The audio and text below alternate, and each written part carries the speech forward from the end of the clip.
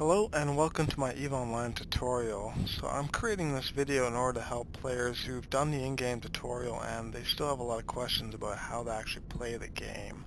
So I'm going to demonstrate for you how to do the game, and hopefully you'll find it helpful. The things I'm going to cover in this game is doing your first level 1 mission, skill queues, injecting skills, buying items on market, anatomy of your ship, active modules, passive modules, fitting your ship, what high sec is, and the 4 different races you can pick from. Now presumably at this point you've already picked one of the 4 races, either Amar, Caldari, Galenti, or Mimitar, and you've completed the in-game tutorial and you now have your first frigate. You've upgraded from your starting rookie ship to the frigate. The particular one I'm in is called a Punisher. It is the Amar frigate that you get after completing the tutorial. So first thing I'm going to touch on is skill queues. Skill queues is the most important aspect of EVE Online.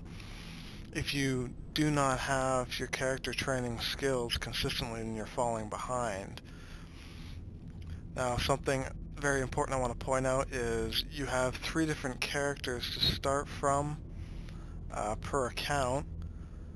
My advice is to sort of specialize on. This character is a Amar purist and combat pilot, so a lot of his skills are just in flying Amar ships and using Amar weapon systems, hence why I'll be doing this video in a Amar frigate. So to set up your skill queues, first thing you want to do is you want to click up here, either training queue or your character sheet. Clicking on your character sheet brings up this screen here. It shows you all the different areas in which you can train skills in. I have a number of skills. These ones here that are like that are skills I don't have injected on this character. Now let's look at Spaceship Command.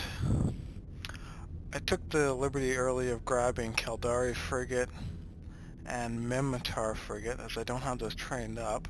I injected them earlier. Injecting a skill is easy as right-clicking on the skill in your inventory, your item hanger or your ship's hanger, and you right-click and you just go to inject skill.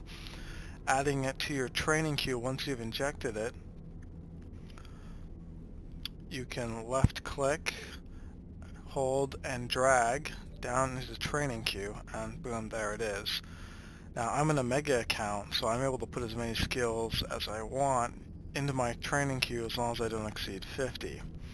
If you're flying an alpha account, which if you're just trying out EVE is probably what you're doing, the most that you can put in your skill queue is up to 24 hours. And when I say that, it's if you put a skill in queue that's 23 hours and 59 minutes. You can put another skill in the queue after that that can be 3 days long. But if you throw that 3-day long skill in there first, you can't put that 23 hour and 59 minute skill in afterwards. It's just a restriction that CCP put on the free accounts, unfortunately. Just bear that in mind. Skills that you want to try and train up that work regardless of what ships you're flying. Spaceship Command is a good one. It improves the agility of all ships that you fly. Under Engineering, you have CPU management, capacitor management, weapon upgrades, power grid management. These are skills that apply to everything, regardless of what ship you're in. Let's see what else here applies to everything. Navigation skills are good. Navigation itself, warp drive operation. For an alpha account, there's limitations on what levels you can bring some of the skills up to, but for the most part, the items I'll be using in this tutorial video are all accessible on an alpha account. So, we've covered injecting skills and queuing them in your training. So let's talk about buying items on the market. Press this button here, opens up your regional market. Over here you have the settings, show only available. I never had this ticked on. You can do station that you're in, or you can do solar system or region. If you're trying to find the best price on items, you might want to do region. Look at skill books. Let's say Caldari Frigate, for instance. Now if it's an academy or university, so you have the 555, these are NPC seeded skill books. This is the price skill book's actually supposed to be at. If you're buying it from trade hubs like Amar, which is a trade hub, you're looking at paying more, because these aren't seeded by NPCs, they're actually purchased by players from the NPC seeded markets and then sold here to try and get a profit. Something to help you out, make sure you have price set to lowest shown to the top. That being said, the lowest price is often in a low sec system. So let's see. Location, show info. 0.4 and lower is considered to be a low sec system. What a low sec system is it's a system space where you can be attacked by another player, and the game's NPC police force called Concord won't intervene to attack the player that's attacking you. So 0.5 to 1.0 is considered high security space. Stay there and you're reasonably safe. That's not to say a player can't risk suicide attempts to try and kill you, but they need a reason to do that first. So let's look at the anatomy of our ship. So in our Punisher, one of the most important things that you want to take into consideration when you're fitting a ship is what's the role of the ship specifically. And what I mean by that is if I hover over the information here, the little I for the next to Punisher, it tells me what skill bonuses the ship gets. 10% reduction small energy turret activation cost, and 4% bonus to all armor resists.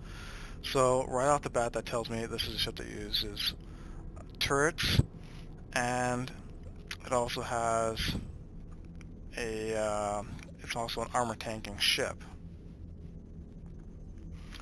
If we look under turrets, and actually let's go under ship hulls just so I can give you some more examples. If you look at this ship here, it gets bonuses to weapon disruption.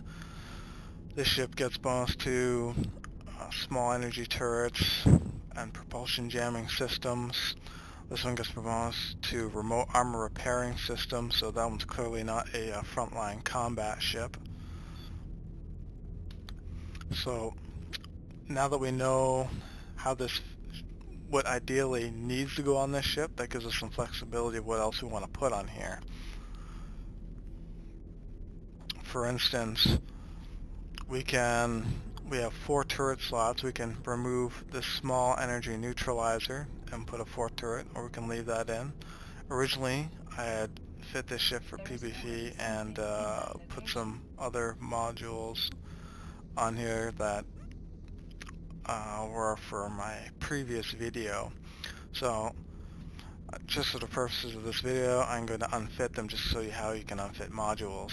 So there's a few different ways. You can either press the unfit module button. You can also right click, go unfit, or you can left click and drag it over into your cargo hold. And then refitting modules, right click, fit the active ship, or you can just drag it right over.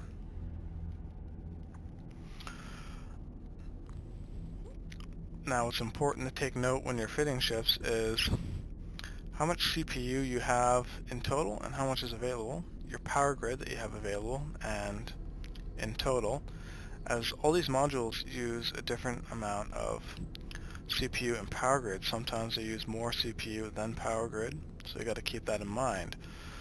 This item uses only 1 power grid but 30 CPU. This one uses no CPU at all, but some power grids, so keep that in mind. Here we have our capacitor. The capacitor is the energy output of your ship. When that depletes, any active modules on your ship will turn off. Now there's two different kinds of modules. There's passive and there's active. These weapons here are active modules as they all use capacitor in order to fire or be used. So you have activation cost right there. Passive modules don't have an activation cost. So the moment you equip them to your ship, they're already in full effect, unless you're talking about missile systems, which are used by Caldari ships, or what are they called? Projectiles. Sorry. Projectile weapon systems and drones. So missiles, projectile weapon systems, and drones do not require a capacitor in order to fire. Each weapon system has their pros and cons. I personally enjoy using the lasers that the MR have, so I'm just going to stick to those. I'm just going to refit this ship back to having the cap recharger and the small armor wrapper on, because I'm going to be doing some level 1 missions to show you what the combat looks like in the game and how you use your weapons.